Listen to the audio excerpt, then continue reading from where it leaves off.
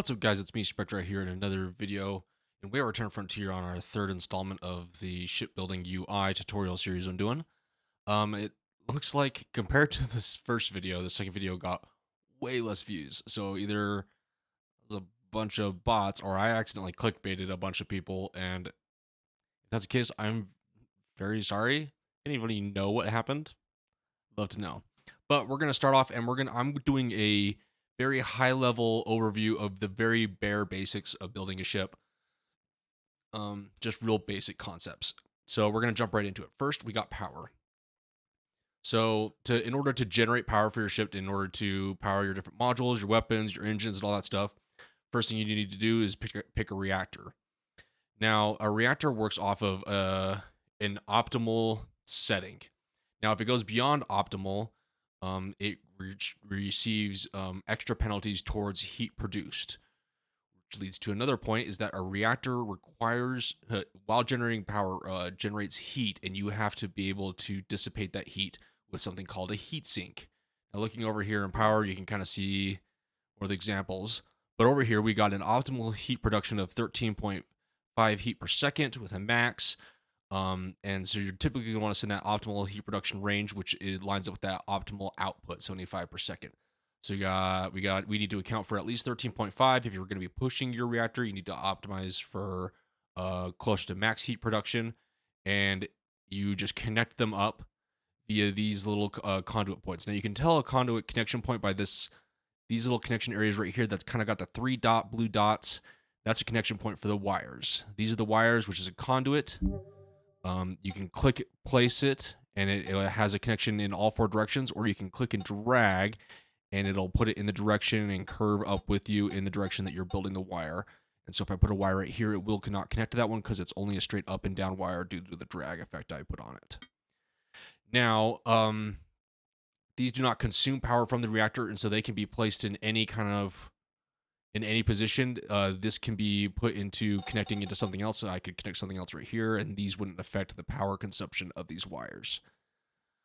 From there, you have capacitors, which help you store power, and so you can connect into a capacitor into something, and you have a little bit of a buffer with the capacitor there to where the reactor doesn't have to work so hard to power something. So capacitors can be useful in that sense, and they have a higher transfer speed of power, so you can connect multiple things up to them while having a single line to your reactor if you so please. Now, with that higher transfer second, sometimes with something like a missile factory where you need 600 energy per missile, and it can consume up to 120 energy per second, that's a problem because these wires can only transfer 30 or 50 per second, it looks like on these. I thought it was 30. But with these, we can transfer 120 per second, so you can actually use capacitors as like a wiring up to your main component. So because of this component will be getting a full 120 energy per second if the reactor can produce that for it. So there's a little trick for a larger output of energy from your reactor. And then you got different conduits to cross past hulls, as well as being able to jump. And so I can take this and run it through this jump in between this wire and kind of do a wire cross. Allows you to cross, if I could draw, allows you to cross your wires without having to connect them. So these are two different lines you can kind of see there. And then you have longer conduit lines, which allow you to use less components and maybe look a little bit cleaner if that's kind of your style, but they don't really make much difference beyond that. That's all I'm going to talk about with power. Moving on, we're going to talk about thrust. So you got your two main thrust options. You got your engines, which allow you to go forward at a greater speed, and then you got your side thrusters that allow you to rotate and go backwards. These thrusters obviously put out a smaller thrust than an engine, and you can have a single directional one like this or a multi-directional one like these. Now, typically you want to put them in parts that are further out into your corners, so you have greater turning power. So instead of putting them all in the back by the engines, you're probably going to want a couple out front to help you rotate your ships easier and things like that. But use these for rotation and engines for going forward. You got different sizes. That's kind of all I was showing here. You got smaller ones and you got really large ones depending on how much thrust you need to produce for your ship. Moving on from there, we've got weapons. Now, weapons, there's several types. So you got a weapon mount that allows you to select a various amount of different types of weapons, whether that be an energy one, like these, or the ballistic ones, like I have here. Now, with the ballistic ones, if I delete this real quick, you can see I have these little blue circles going around, and you can kind of see how it tells you where to place them. This allows your turret to rotate. So if I turn on the turret overlay, which allows you to see by placing them in all the spots, you get a full 360 rotation for your turret, so it can rotate in all 360 degrees to shoot in any direction.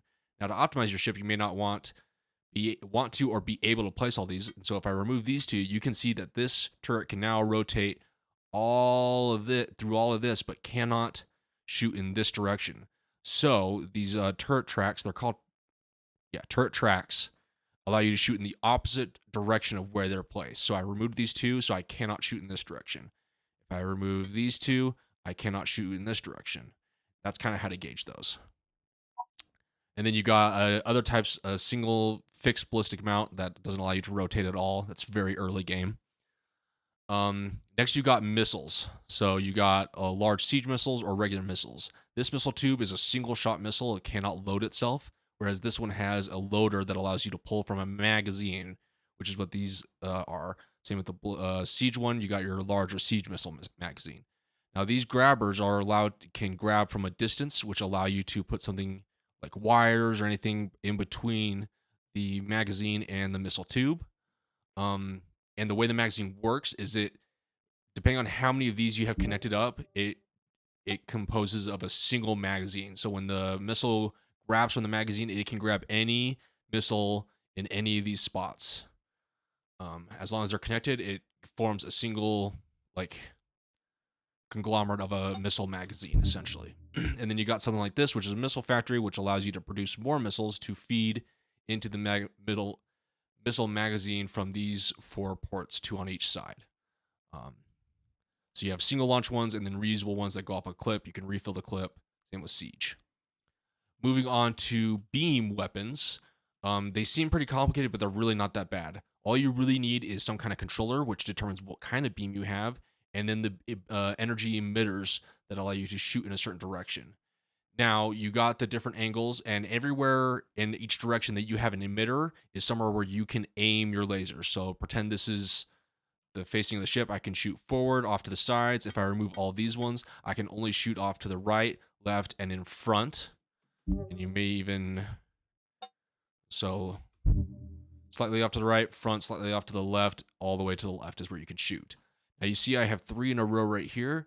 Doing this allows you to shoot for longer in the front and with more power.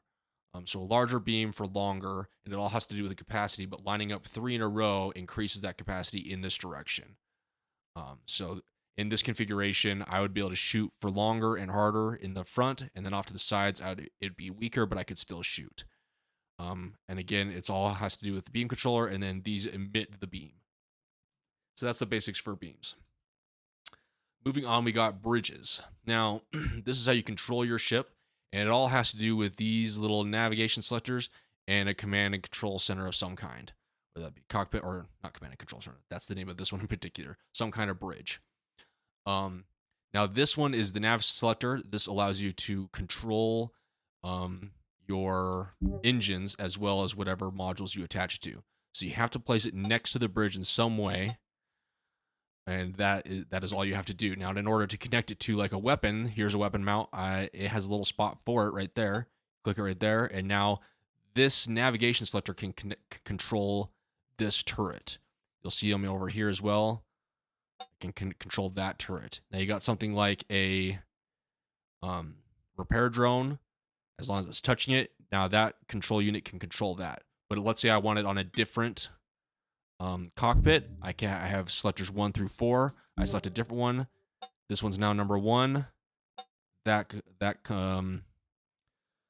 bridge can now control the repair drones, whereas this one only controls the driving and this turret. So you can kind of split duties between your crewmen in order to control the ship. As you see this, and when you hover over it, it'll point to the ones that it can control. Now, looking at the bridge control, or looking at the details, you see system slots. This one has 4, this one has 0, this one has 1. Now that is how many utilities it can have. It doesn't control how many turrets. You can put as many turrets as you want and as many engines for the driving, but things like the repair drone would be a system.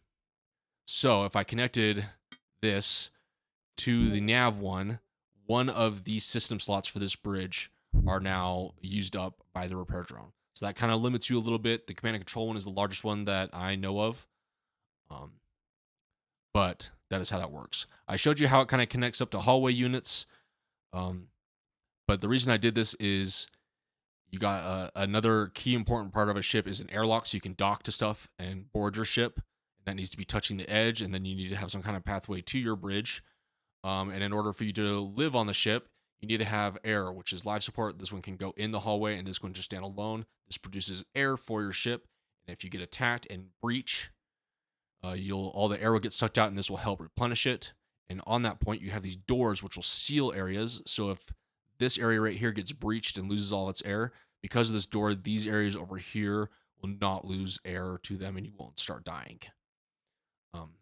So key components to have on a ship, and you'll have to have them, as well as your crew does consume oxygen as you go.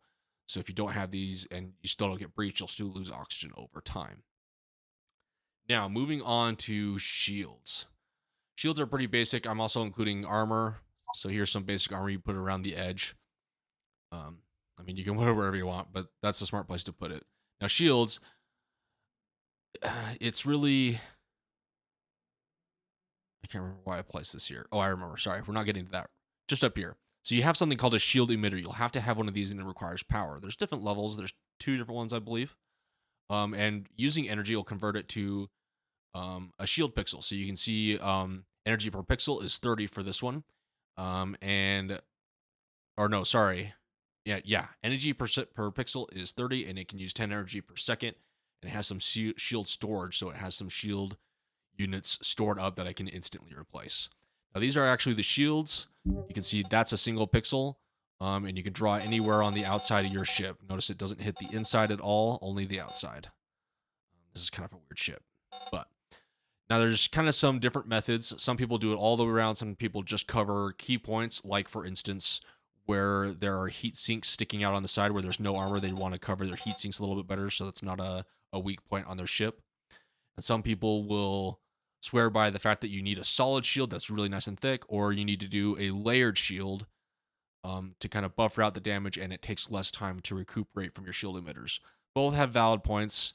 I see more people doing something like this because some rounds will hit and they'll explode and take out more. And if you layer it like this, like if it hits, it'll only take out these ones right here, which is faster to replace, and you still have this. Whereas with this one, it would take out all of that, and now your shield emitter has to replace all of those pixels, kind of a thing. So there's some nuance to the shields, and I suggest in some way do some kind of layers, but there is absolutely merit in having a really thick shield to really buff yourself out in the beginning of the ship, or the beginning of the fight, excuse me. And that's really the basic of the shields. That's really all it is. There's other things you can do with shields as you play, looking at different modules, but this is the bare basics.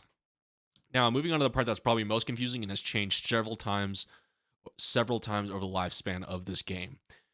Structure. So these are all structure pieces, and if you go to the structure tab, you got lots of different options. You got really large ones that provide a lot of integrity, and you got smaller ones, different angles, ones that allow you to place kind of around more components. You can see these are kind of connected. This is a large one that's connected, allow you to kind of put things in between and around and work around some of the nuances of your ship and the components therein to add integrity to your ship. Now, your base ship without anything on it is going to have a certain amount of integrity and inertia. The amount of integrity is going to be determined by the amount of just pixel spaces on the ship, and inertia, I don't know what calculates that, but it's there. Now, what you need to do is you need to have more integrity and inertia. The reason behind that has changed a lot, but as of the recording of this video, what it is right now is that if you don't have more integrity than inertia, what will happen is that as your ship gets hit, and damaged, other parts of your ship will start to tear apart because your ship can't hold itself together anymore. So to repeat that, if I get hit over here and I don't have more integrity than inertia at that moment, a giant hole can just rip itself in the middle of my ship and start tearing itself in half. So it's like taking extra damage in your ship because you don't have enough inertia or enough integrity. Now, as your integrity or as your structure starts getting damaged, you'll lose integrity, and as your ship just takes damage, your ship will start losing integrity as you take damage, and then your ship will start falling apart. So it's kind of like this structure is adding an extra hit point bar, which you can see in your UI in the bottom right hand corner. There's a little bit bar along with like your power and stuff like that. There'll be an integrity bar right here. And you can kind of see its percentage go down in the fight. And once they hit 0, your ship is going to start tearing itself apart as it gets damaged. And so the important part is to leave enough room in your ship as you're building it to be able to fit in as much as you can, and do a mixture of these large ones and smaller ones so that, like, if a giant hole gets blown in my ship right here, all of a sudden I lose all this integrity because this module is completely destroyed. And so you need to spread it out a little bit. Don't use it on, don't try not to always use it on the outside of your ship, because that's obviously the places that get damaged first, and you need to hold on to some integrity. So protect some of it in more towards the middle of your ship. That's kind of how it works. Now you can kind of see the numbers up here. Now if I take this, oops, that was a really big one. If I take this right here, look at that number integrity. As I click to place, you can see it jump up, and as I remove it, it jumps back down. So to add integrity, I need to add these. But again, if I take this component now, look at that integrity number again. This is just a regular module. If I click it, add it, you see that number goes down, back up, back down. So as you add modules to make your ship, it is reducing your integrity. So there's a balance of the amount of modules you have on your ship versus how much structure you have on your ship. So regular modules reduce integrity, structure adds integrity. And that's kind of really the basics. They've changed it a couple times, so I wouldn't be surprised if by the time you're watching this, that may have changed. But it's held like this for a little while, so it's probably still something similar. It used to be that your ship would tear apart as you're driving if you didn't have enough integrity. So just like driving, your ship would start falling apart. But it seems to, like, regardless of what the current mechanic is, it's to hold your ship together in some capacity. Right now, it's while you're taking damage, and I expect it to kind of stay that way. But I would go to the Discord and search or ask questions. And speaking of that, I have to give a shout out to someone on the Wayward Terran Frontier Discord named Gilby for giving a really great description of how it currently is right now. They posted it a while ago, but they gave a great description that helped me fully understand it because it's changed so many times. But they gave a great description, so I got to give a shout out to Gilby on the Discord. He did a great job of describing this mechanic.